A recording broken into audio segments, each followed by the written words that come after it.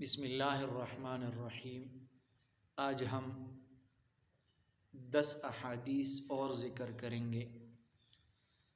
11 number حدیث، ان اللہ یحب الرفق فی الامر کلہ۔ ترجمہ، اللہ تعالی تمام معاملہ میں نرمی پسند فرماتا ہے، اس لیے ہمیشہ نرم بن کر رہنا چاہیے۔ حدیث نمبر 12، الدعاء هو العبادہ۔ ترجمہ، دعا عین عبادت ہے، یعنی دعا پر ہر حال میں ثواب ملتا ہے، اس لیے ہمیشہ دعا مانگنا چاہیے۔ حدیث نمبر 13، من غشنا فلیس منا۔ ترجمہ، جو دھوکہ دے اس کا ہم سے کوئی تعلق نہیں ہے، یعنی دھوکہ دینا مسلمانوں کا طریقہ نہیں ہے۔ 14 نمبر حدیث، انما الاعمال بالخواتیم۔ ترجمہ، اعمال کی قبولیت کا اعتبار حسن خاتمہ پر ہے، یعنی ایمان اور اسلام کے ساتھ دینا دنیا سے جانے پر ہے، یعنی ایمان اور اسلام کے ساتھ دنیا سے جانے پر ہے۔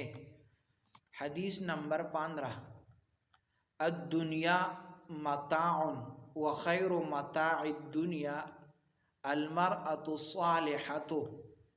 ترجمہ، دنیا سب وقتی فائدے کی چیز ہے اور دنیا کے سامان میں سے بہترین چیز نیک عورت ہے، یعنی اس لیے ہر عورت کو نیک بننا چاہیے۔ حدیث نمبر 16، افشوا السلام بینکم۔ ترجمہ، آپس میں سلام کو عام کرو، پھیلاؤ، یعنی حکم کی پیروی کرتے ہوئے سلام کرنے میں شرمانا نہیں چاہیے، اس سے آپس میں محبت بڑھتی ہے۔ حدیث نمبر 17، المرء مع من احب۔ ترجمہ، آدمی قیامت کے دن یا اسی کے ساتھ ہوگا جس سے اس نے اس دنیا میں محبت کی ہوگی، یعنی اس لیے اچھے لوگوں کے ساتھ محبت کرنا چاہیے، بروں سے بچنا چاہیے، اور ناجائز محبت تو حرام ہے۔ حدیث نمبر 18، من کان یؤمن باللہ والیوم الآخر فلیصل رحمہ۔ ترجمہ، جو شخص اللہ اور آخرت کے دن پر ایمان رکھتا ہے اسے چاہیے کہ وہ صلہ رحمی یعنی رشتہ دار سے اچھا سلوک کرے، یعنی رشتہ داروں سے جڑ کر رہنا اور اس کا احترام کرنا، امیری اور غریبی کا فرق کیے بغیر، یہ کامل ایمان کی پہچان ہے۔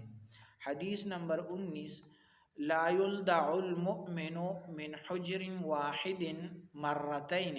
ترجمہ، مومن کو ایک سوراخ سے دوبارہ ڈنگ نہیں لگ سکتا، یعنی جس سے ایک بار نقصان پہنچتا ہے دوبارہ اس کے پاس نہیں جاتا ہے۔ حدیث نمبر 20، الغنی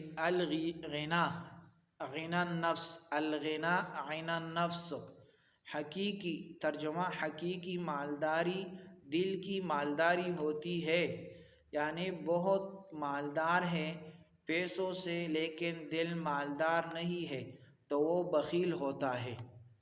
یہ 10 احادیث ہم نے پہلے بھی ذکر کیا، اب ہم